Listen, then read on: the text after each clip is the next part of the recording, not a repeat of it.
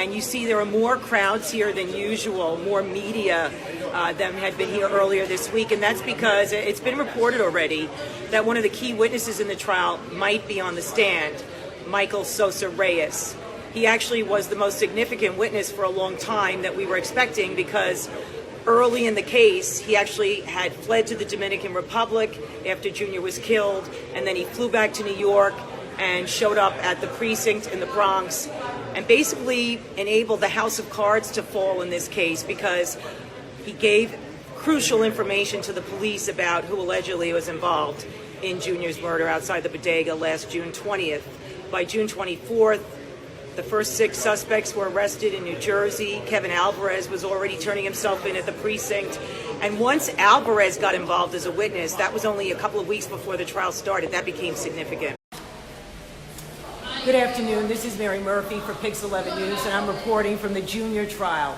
And breaking news, Michael Sosa Reyes, the guy that you've been talking about for nearly a year now, has finally taken the witness stand, and he's revealing new details that we never knew about the night that the chase of Junior started on June 20th, 2018. He was in one of the 4 cars. Interesting to note, he said that 3 of those cars were affiliated with the Bad Boys set. Only 1 was associated with the Los Shores set. The reason that's interesting is most of the people arrested in the Junior case were said to be affiliated with the Los Shores set, but only 1 car driven by Kevin Alvarez, the lead car, was affiliated with the Los Shores set. But he said a lot on the stand, and here's what stood out to me. Let me talk about that first, and then we'll back into the story. You all know that he is the cooperating witness, the first one that went to the police precinct after initially fleeing to the Dominican Republic and then flying back. He has not talked about that yet, but that is what happened, because we heard that officially stated in court the other day. But he is the one that you see very clearly on one of the surveillance videos, marching into the bodega right behind Kevin Alvarez, looking fiercely determined to get Junior out from behind that counter. And there was all this dialogue going on that we couldn't hear. I had already reported that a couple of the suspects were telling the bodega workers that Junior had hurt their grandmother, and that's why they wanted him, and that's why they wanted him released from behind the locked door. Well, Sosa talked about that today. He said that he and Danelle Fernandez, the guy with the green do-rag, were telling the bodega workers that Junior had hurt their grandmother, and he said, I lied, saying he had done something to my grandmother. And he said Junior was hiding behind the counter. But here's the definitive moment for me in his testimony so far.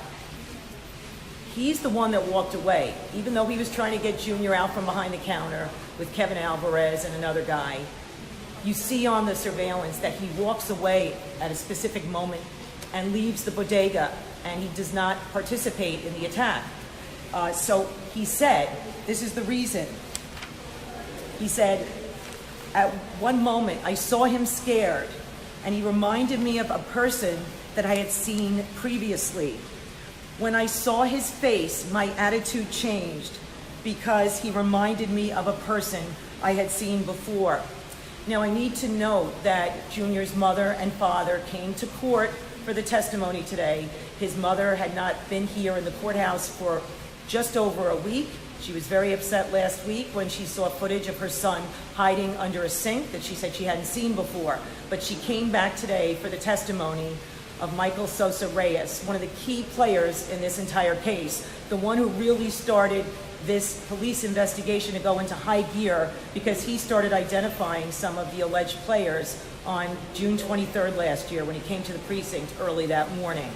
So another thing we need to note, along with the parents, Junior's sister Genesis was here, and she has written on social media, very matter-of-factly, that she had met Michael Reyes previously. She had met him, and she wrote that Junior had also met him at a party, and her other brother. So we have not really seen her here at the courthouse during the trial, but she came with her mother today and Junior's father, and she sat there and watched the testimony of Sosa Reyes.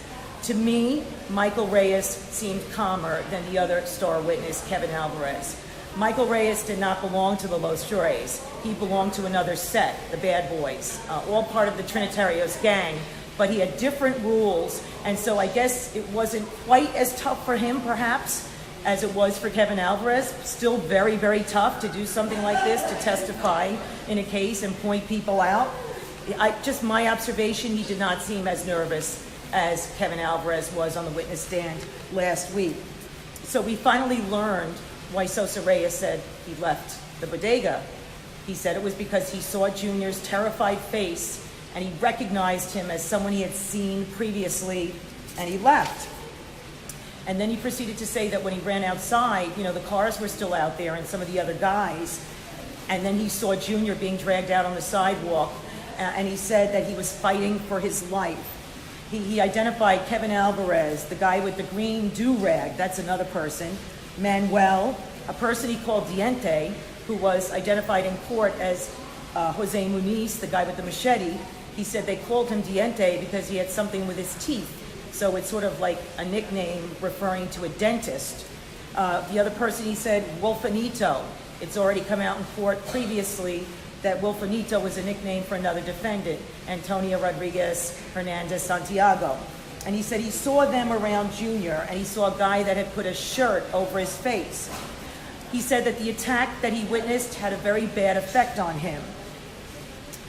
Then the prosecutor, Morgan Dolan, asked him to specify what he saw each of the 5 defendants doing on the sidewalk. He was not able to say that he saw all of them make contact with Junior's body with a knife. But here's what he said. Speaking of Jose Muniz, quote, I see Diente pulling and grabbing him and with his other hand attacking him with the machete. When he was asked about Manuel Rivera, he said, I saw Manuel getting close to him with a knife. But then when the prosecutor asked if he saw him make contact with the knife, he said no, he did not. Wolfanito, he said he saw him running towards Junior with a knife. But once again, he didn't see what he did with that knife. Then he talked about the guy who had the covering on his face. Quote, I saw him running towards Junior, and I saw him attacking him with the knife. This person we've talked about before at the trial, the girlfriend of Elvin Garcia, said that he had a covering on his face during the attack, according to Garcia's own words.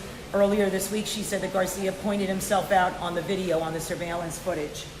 She said the guy with the red hat that was running towards Junior, he had a knife in his hand. He didn't see what he did with that knife. Earlier, he had said that he saw the guy with the red hat at a meeting that was held outside Diego Suero's house on Boston Road. Suero has been identified as the leader of the Los Chures set. And also, he testified, Sosa did, that his own leader from the Bad Boys, he identified him as Flavia Poco or Flavia Loco. He said that he also was with Suero, and they gave an order to go after members of a rival set called Sunset.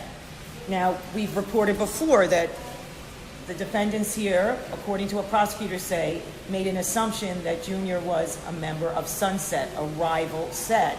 But prosecutors have long said, and so have the police, that this was a case of mistaken identity. One other thing, he talked about this code 1090 that people of certain sets would use to identify each other. And when they came upon Junior, he said that they yelled out the code 1090, and he said something about Junior raising his arm and saying the 7, and then just getting panicked and running off. And that's when the hunt started with the 4 cars, and some guys were on foot. One other thing that came out, the prosecutor asked about when Sosa's car, the white Acura, got to St. Barnabas Hospital, which is just a block from where the bodega is located. And Kevin Alvarez had already testified that he tried to block Junior with his car to keep Junior from running into the hospital, which tragically, ironically, his mother works at that hospital. Anyway, Kevin Alvarez, in his gray Acura, managed to block Junior. So Sosa just testified that he told his friend to get out of the car, his car, and grab the kid. And the man, Philly, that's his name, tried to grab Junior, but he said, quote, the kid was running too fast. So basically, that's kind of where we're at right now. Sosa, I keep calling him by his nickname, his real name, Michael Reyes.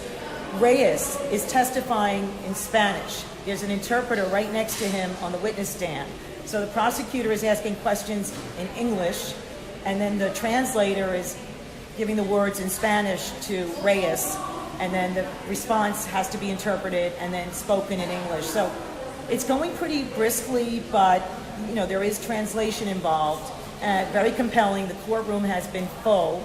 As I mentioned, Junior's parents both here, along with Junior's sister Genesis, who apparently had met Michael Reyes in the past before this happened, and Junior, her brother, the eventual victim, was at a party and apparently had met Reyes there.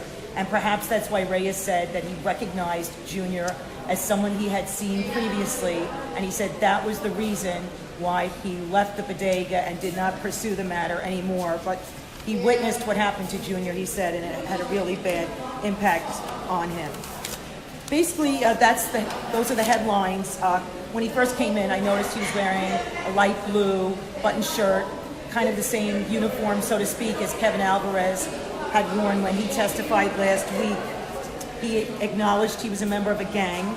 He said he was with the Trinitarios, and he said he was specifically with the Bad Boys set since 2014, and he said at that time he was 16 years old.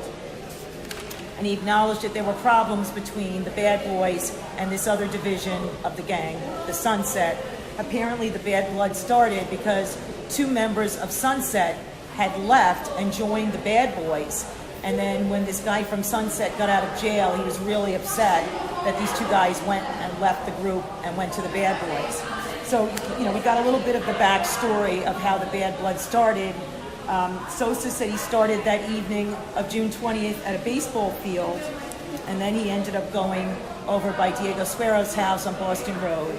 At one point made a very brief stop at a deli, and he said that's where he first saw the guy with the red hat. The guy with the red hat has previously been identified in court as Jonaiki Martinez Estrella. Prosecutors say he's the one who plunged that knife into Junior's neck, slicing the teen's jugular vein, causing the death. He has not been publicly identified in court by Michael Reyes, but three people he pointed out pretty much, beginning with Jose Muniz, who he called Diente, and Manuel was referred to, and Wolfenito, whose real name is Antonio. So they're at lunch now. I have to write a story for PIX11.com. A big late morning, early afternoon in court. We'll have more later. It will be on the news at 5 o'clock with a live report from the courthouse. And then I will be doing a wrap this evening on Facebook Live on the PIX11 page. And I hope you'll join me then, roughly 7 p.m., depending on how soon I get back to Manhattan, to our social media center. Thank you for joining us on this journey. And near the end of next week, we're told the prosecutor will wrap her case. It's possible that the defense will just go to closing arguments the following week. We really haven't been notified about what the defense intends to do, whether they'll bring their own witnesses on or they'll simply go to closing arguments. That's not clear at this point. Hope you'll join me later, and I'll keep you updated on all the social media platforms that we've been using for this trial. Right now, I'm going to write for PIX11.com, and thank you again.